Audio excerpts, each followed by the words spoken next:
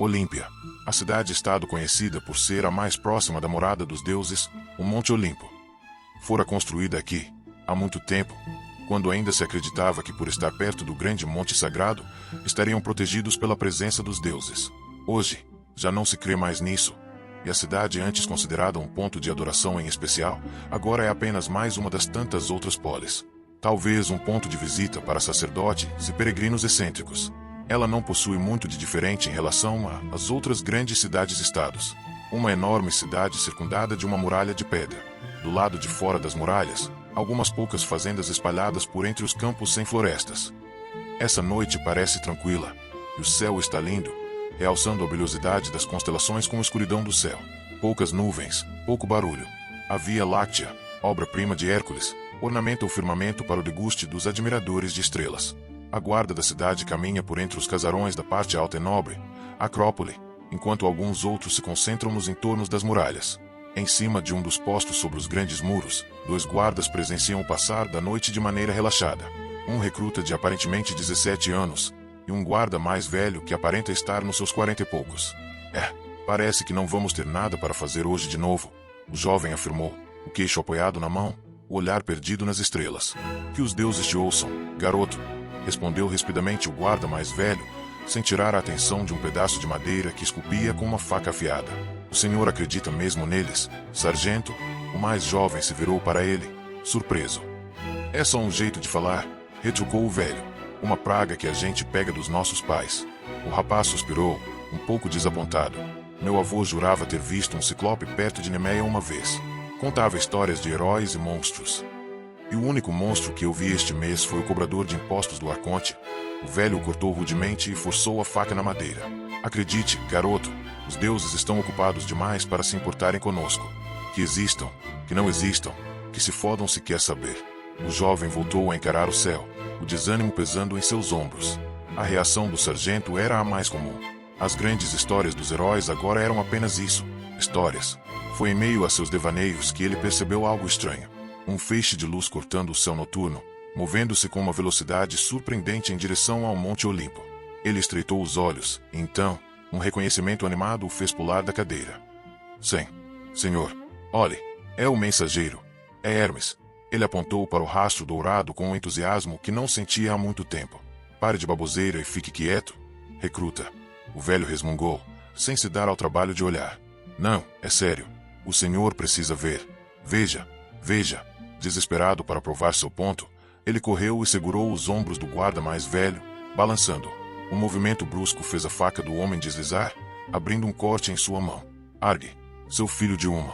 O sargento se levantou com uma careta de dor, o rosto se contorcendo em fúria.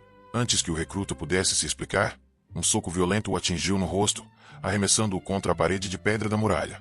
Não quero saber de deuses mortos, gritou com o rosto vermelho de raiva.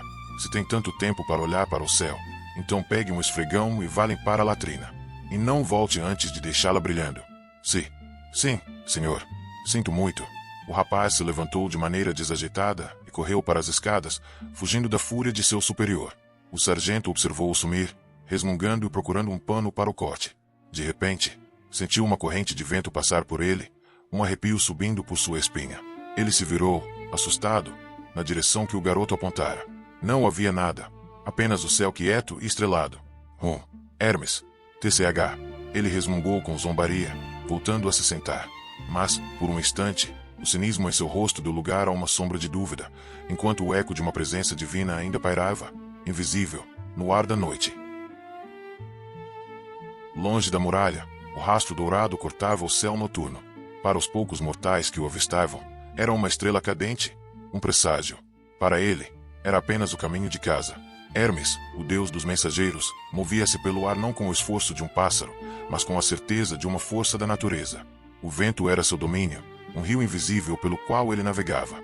Abaixo, o mundo dos homens era um tapete escuro, pontilhado pelas luzes fracas de fogueiras e cidades distantes. De sua altitude, ele via as rotas comerciais como veias brilhantes na terra, sentia as mudanças de pressão no ar que anunciavam tempestades a dias de distância. Era seu ofício. Em sua mão direita, o caduceu repousava, inerte. Na esquerda, ele ergueu uma pequena jarra de metal, bebendo o último gole de ambrósia. O néctar divino, que deveria ter o gosto da eternidade, hoje parecia insípido. Com um gesto displicente, ele arremessou a jarra vazia, que desapareceu na escuridão em direção a uma floresta abaixo. Ele acelerou, o rastro dourado se intensificando. A convocação de Zeus ecoava em sua mente. Urgente. Era uma palavra que seu pai não usava levianamente. No entanto, havia um silêncio perturbador em torno do chamado. Ele havia entregue a mensagem a todos, de Ares em seus campos de treinamento a Afrodite em seus templos. Nenhum deles sabia o motivo. Nem mesmo Poseidon, cujo conhecimento das profundezas rivalizava com o dos céus. Isso o incomodava. Hermes era o deus dos segredos, das informações que corriam entre mundos. Sua mente derivou para a última vez que sentirá essa mesma tensão no ar do Olimpo. A titanomaquia era história antiga, mas a guerra contra Tifão era uma cicatriz recente. Ele ainda se lembrava do terror nos olhos dos outros deuses, da fúria desesperada de Zeus, da visão do colosso cuja cabeça tocava as estrelas. Lembrava-se do cheiro de caos. O ar desta noite tinha um quê daquele mesmo cheiro. Absorto em seus pensamentos sombrios, ele não percebeu o brilho familiar do Monte Olimpo se aproximando. Quando sua mente retornou ao presente, ele já havia ultrapassado seu destino, sua velocidade o traindo por conta de sua distração. Com um suspiro irritado consigo mesmo, ele freou no ar, o corpo vibrando com a energia contida, e refez o caminho. Pousou suavemente no topo do monte, no centro de um enorme altar de mármore e pedras negras. O ar ali era frio e rarefeito. Ele esperou, a impaciência uma velha inimiga. Para um ser feito de movimento, a quietude era uma forma de tortura. Pendurou o caduceu na cintura e juntou as mãos, fechando os olhos. Era proibido subir ao Olimpo sem ser convidado. De repente, o céu, antes limpo, respondeu. Um raio desceu, não com fúria, mas com precisão cirúrgica, envolvendo seu corpo em uma luz ofuscante. Houve um estrondo que ecoou pelas montanhas, e quando a fumaça se dissipou, o altar estava vazio.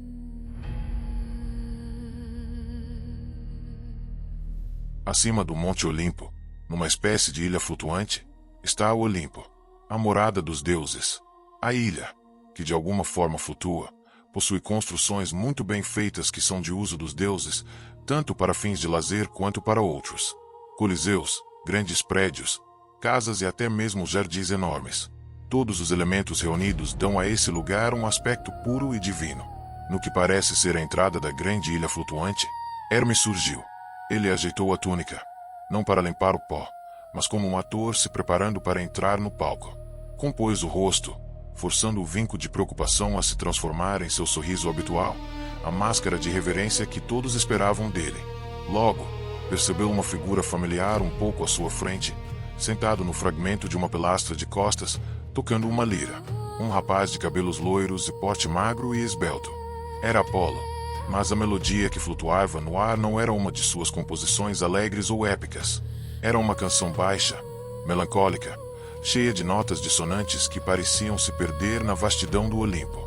Hermes se aproximou em silêncio, a curiosidade superando a vontade de fazer uma piada. Em vez de um peteleco, ele pousou a mão suavemente sobre as cordas da lira, abafando o som triste. Apolo se sobressaltou, virando-se com os olhos amarelos arregalados. Ao ver o irmão, sua expressão não foi de raiva, mas de um alívio tenso. Hermes. Que melodia fúnebre, irmão, disse Hermes com um sorriso sacana que não alcançava totalmente os olhos. Alguém morreu e esqueceram de me avisar? Hoje não, Hermes. Por favor. Apolo respondeu em voz baixa e preocupada. O ar está pesado. Sinto algo errado. Errado? Hermes ergueu uma sobrancelha, pegando a lira da mão de um Apolo surpreso demais para reagir. Você sempre foi o mais dramático de nós. O que te aflige? O pai finalmente proibiu suas poesias medíocres. Ele segurou a lira como se fosse tocá-la, em um gesto de provocação para forçar uma reação genuína. Não é brincadeira. Apolo se levantou angustiado. Ninguém sabe o motivo da reunião. Ninguém. Nem mesmo Atena. Meu pai, ele está diferente. Há uma fúria nele que não sinto desde a guerra contra os titãs. E você chega atrasado, como sempre. Antes que Hermes pudesse retrucar, uma terceira voz, fria como mármore, cortou o ar. Ele tem razão em se preocupar. E você, como sempre, só se preocupa consigo mesmo. Os dois se viraram. Hera estava parada ali, seus olhos púrpuras os avaliando com um desgosto evidente. Sua presença era imponente, e a atmosfera, que já era tensa, tornou-se gélida. Hera, Apolo gaguejou, inclinando a cabeça em um gesto de respeito. Hermes, por sua vez, ofereceu um sorriso charmoso, contrastante com o calafrio que sentiu. Que bom vê-la, madrasta. Sempre radiante. Hera o ignorou. Apressem-se. Seu pai os espera. E ele não está com humor para as suas insolências. Ela se virou e se afastou, sua túnica deslizando silenciosamente pelas pedras, uma rainha em seu domínio. Apolo se virou para Hermes em pânico. Viu? Eu te disse. Algo muito sério está para acontecer. Hermes devolveu a lira para o irmão, o sorriso finalmente desaparecendo de seu rosto, substituído por uma máscara de ponderação. Ele deu um tapinha no ombro de Apolo. Então é melhor não o deixarmos esperando mais. A leveza em sua voz agora soava forçada até para si mesmo. Enquanto caminhavam em direção ao Coliseu, a melodia sombria de Apolo ainda ecoava na mente de Hermes, um presságio terrível do que estava por vir. O ar dentro era frio e imóvel. Diferente das outras reuniões, marcadas por conversas e música, esta era dominada por um silêncio pesado e opressivo. Os deuses não conversavam. Estavam parados como estátuas em seus lugares designados, seus rostos máscaras de pedra. Nos tronos de mármore, a tensão era palpável. Ao lado do trono vazio de Hades, Poseidon, o deus dos mares, batia os dedos impacientemente. Seus cabelos negros já salpicados de cinza e seus olhos azuis profundos eram uma tempestade contida, e a grande cicatriz que cruzava seu peitoral parecia se contrair a cada segundo de espera. Hera, com seus longos cabelos negros e olhos púrpuras e afiados, permanecia de pé ao lado do trono central, a mão no ombro do marido, o rosto uma máscara de desgosto régio. Com o sorriso finalmente desaparecido do rosto, Hermes adentrou o salão, sentindo o peso de dezenas de olhares divinos sobre si. Ele e Apolo tomaram seus lugares, e um silêncio ainda mais profundo se instalou. Zeus se levantou. Sua figura era imponente, a longa barba branca caindo sobre um peito forte e marcado pelo tempo. Seus olhos, brancos e sem pupilas, varreram a assembleia. Chamei-os aqui para tratar do mundo mortal. A voz ressoou no salão, grave, anciã. A fé dos homens, a fonte de nossa influência, diminui a cada dia. E nos chamou até aqui apenas para afirmar o óbvio, irmão? Poseidon retrucou, a impaciência vencendo a prudência. Não, Zeus pareceu esgotado ao sussurrar. A humanidade nos esquece, mas não se enganem. A fé deles não desaparece por acaso. Ela está sendo corroída. Fez uma pausa, deixando o peso de suas palavras assentar no Coliseu. Sinto uma energia que não sentia desde que acorrentei meu pai e os titãs no abismo. Uma energia profana, do próprio Tártaro, está vazando para o mundo dos mortais. Um murmúrio de choque e descrença percorreu a arena. Impossível, bradou Poseidon, levantando-se de seu trono. Os portões do Tártaro estão selados. Hades os guarda. Ele afirmou o braço erguido na direção do trono vazio de seu irmão. Não é uma fuga, tio. É uma fissura. Uma influência. A voz de Atena soou, calma e analítica. De pé, com seu escudo ao lado e a lança firme na mão, seus olhos castanhos pareciam dissecar o próprio ar, buscando a lógica na crise. Alguém, ou algo, está criando uma ponte. Então devemos esmagar essa ponte antes que mais alguma coisa a atravesse. Rosnou Ares, o deus da guerra, cujos olhos vermelhos queimavam com a promessa de violência, deu um passo à frente. Seus longos cabelos ruivos balançavam sobre o peitoral coberto de cicatrizes. Que travessura! Uma risada úmida e abafada veio de um canto. Dionísio, barrigudo e com o rosto corado, ergueu sua taça de vinho, uma coroa de uvas escuras pendendo sobre seus cabelos. Talvez eles nunca tenham estado totalmente presos. Apolo, pálido, ignorou o comentário do bêbado e se virou para o pai. Quem ousaria agir contra o Olimpo? Pai, quem nos trairia? O olhar branco semicerrado de Zeus varreu a arena. Um oráculo me trouxe um aviso. Um fragmento de uma profecia antiga, quase esquecida. Como se pronunciasse uma profanidade? Sussurrou. Ela diz: a nota do Armagedon anunciará a sua chegada quando o arauto tiver, finalmente, sua última mensagem enviada. Os murmúrios mais uma vez tomaram conta do salão. Ártemis cochichou algo para si mesma com o rosto incomodado. A mecha branca de seu curto cabelo negro caiu um pouco sobre os olhos. Afrodite enrolava uma mecha de seu cabelo ruivo com os dedos. Seus olhos verdes estavam tensos sob as ruivas sobrancelhas crivadas. Receoso, Apolo engoliu em seco a pergunta que se entalava em sua garganta. Mas quem? Qual arauto? sussurrou o músico. O deus dos raios fechou os olhos por um instante, sem reação à pergunta. Então, rangeu os dentes e, de olhos abertos, frios e pesados, proferiu como uma sentença de morte, dedicada ao seu próprio filho. Um arauto, continuou Zeus, um que viaja livremente entre os reinos. Um que conhece os segredos do Olimpo e do submundo.